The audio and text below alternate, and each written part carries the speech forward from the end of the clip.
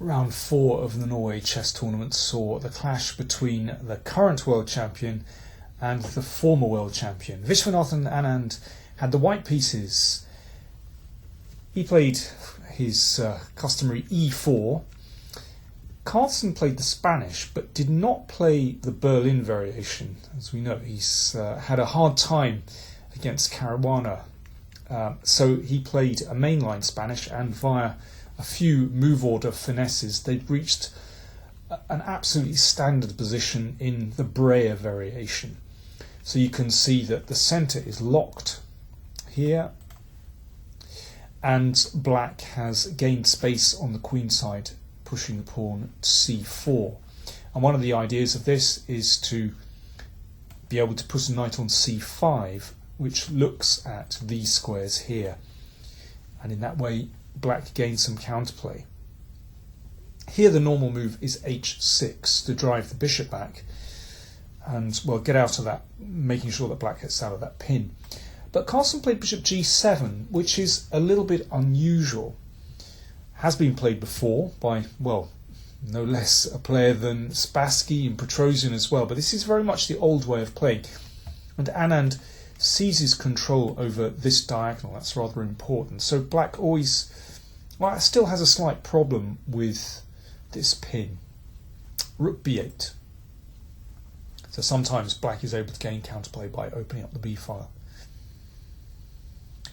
Knight h2. Anand starts, well, a typical manoeuvre, trying to bring the knight to g4, sometimes also looking to advance the f-pawn. This is classic Spanish strategy. Anand, of course, incredibly experienced in these kind of positions. Now the best move looks to be queen b6 to escape from this pin. Of course, the queen can be driven back by bishop e3. But I mean, the real point of this is to be able to meet knight g4 with this exchange. And, well, then knight c5, for example. And, well, black is reasonably secure on the king side. You know, maybe later on this bishop will come to d7. This is typical. This is playable for black. Instead, Carlsen played bishop c8. And Anand played knight g4. After the game, he was kicking himself. He thought he should have exchanged and then played knight g4. As we'll see, this would deprive black of certain counterplay here, and you know, white takes control of the open file, but also carries on with his kingside initiative. We'll see the difference in a second. Anand played knight g4 immediately. It's a good idea, but it does allow a little bit of counterplay. Carlsen played knight c5. Okay, that's where the knight wants to go. And then it could be that this dangerous knight is going to be exchanged off, but Anand gets in there quickly and plays knight h6 check.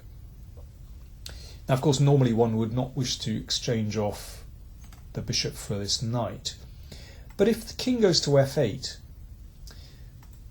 then white would exchange on b5. Now there's no counterplay.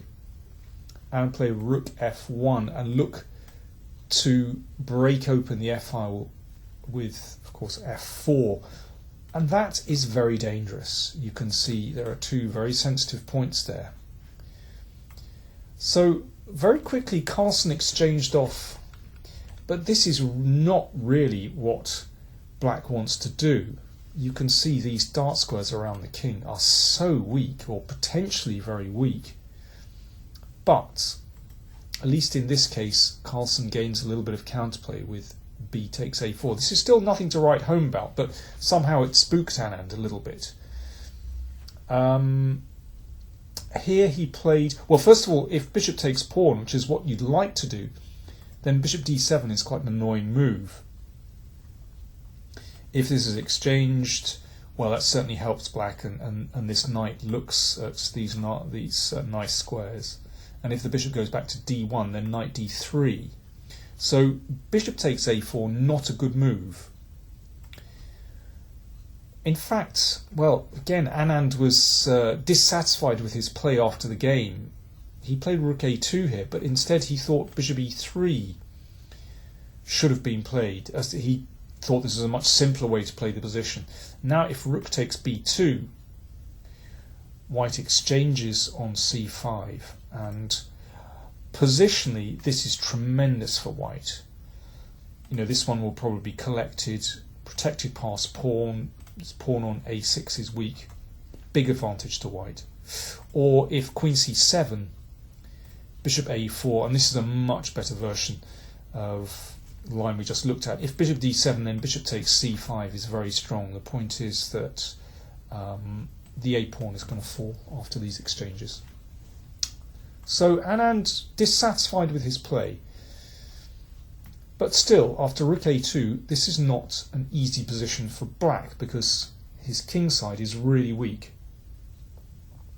Carlsen played a3. It's probably a good idea. So that means that he gives back this extra pawn, but at least he potentially gains some counterplay here, and that rook on a2 not looking great at the moment.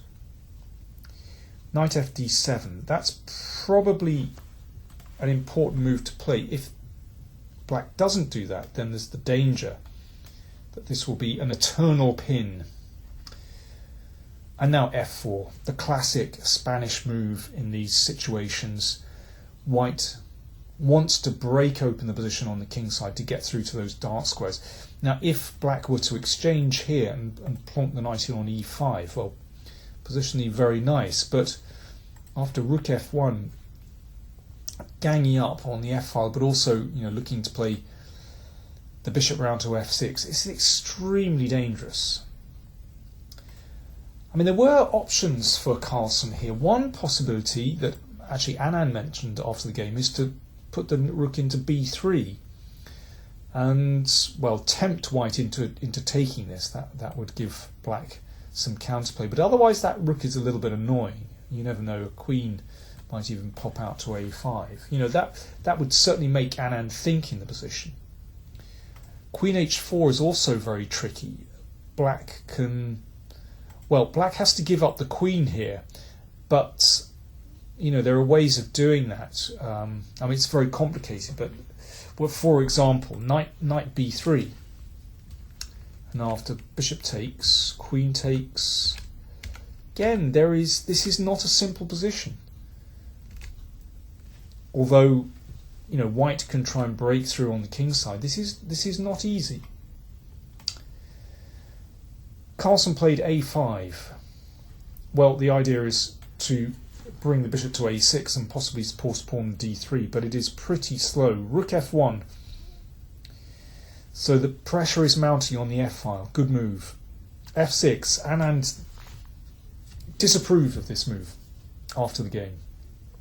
He thought this made life very easy for him, but you know, it's a difficult position, I have to say. You know, I think by this stage Carlsen is well and truly under the cosh on the king side just because those dark squares are so weak. Anand was very pleased to play f5 because it shuts down black's counterplay in the middle of the board, and in that sense makes life much easier for white, who can concentrate totally on the king side. And knight d3, he was also very happy about this. He said, I was happy when he played knight d3, I get my dream position. Well, let's see what the dream position is after this. Well, queen takes is problematic because there's a check, and after this there's bishop a6. So the queen goes back, then queen b3. This is counterplay. Carlsen isn't getting checkmated. That's the important thing. But very quickly, Anand declined to take that pawn and played queen d1. It's an excellent move. So the queen is eventually going to head for the king side, but also this makes way for the rook, and that is really juicy. So all of white's pieces lined up on the king side, and really, well, the writing was on the wall from this moment. If the bishop goes to a6 and the queen goes to g4, it's fatal. Rook f7. And now Anand played very simply. He could have moved the queen in straight away. Instead, he just tied it up. Very nice. So now he's a pawn up, and just now shifts to the king side. Here he could have taken on g6 and played queen g4. Also good for white. Instead he played queen g4 straight away. He said afterwards, my plan is very slow, but it's very powerful. So threat to take on g6. Forcing g5 and now just h4. He's very happy to just give up this exchange because it means there's no real counterplay for black, and he knows he's going to break through on the king side. And that's what happened. Here, well, he talked himself out of playing bishop g5. Bishop takes g5 is also good, but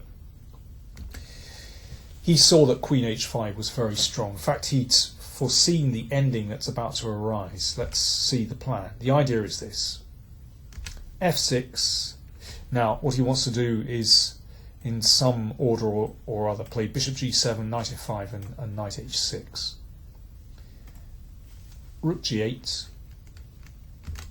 Okay, Anand goes in straight away, so he takes back the exchange, and now knight f5. By this point, he'd reached the time control. Anand was running short of time, and typically for him, he sought the most clear-cut way to resolve the tension in the position, well, to his advantage. This forces an endgame.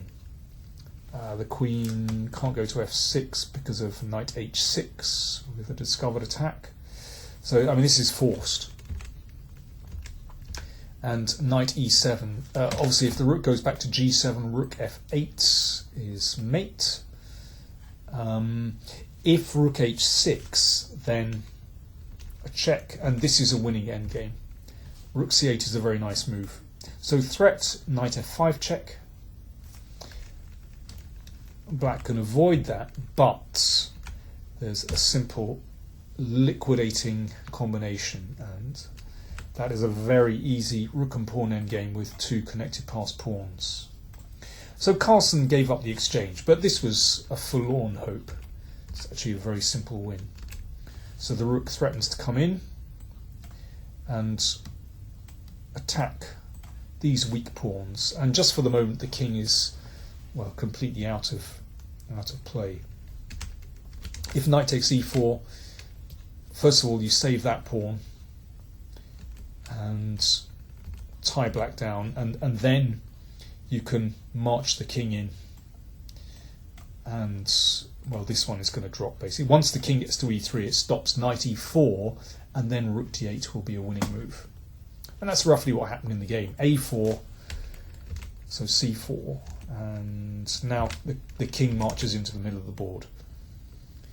For example, knight takes e4 check, and now rook d8 is a winning move. This pawn drops. So in this position, after king f2, Carlsen actually resigned. Well, he was, of course, very unhappy after the game. He said that he completely misjudged the position, and even after that continued to play badly. And I have to say that I agree with that. Magnus didn't show his usual fight, so he's now on a half out of 4. Shocking. He's never played that badly before, and well, we can't see this result in isolation. His round 1 catastrophe has obviously affected him. But looking good for Anand, who now has 2.5 out of 4, but in the lead after 4 rounds, Veselin Topalov with 3.5, who beat Levon Aronin, who is also having quite a miserable time.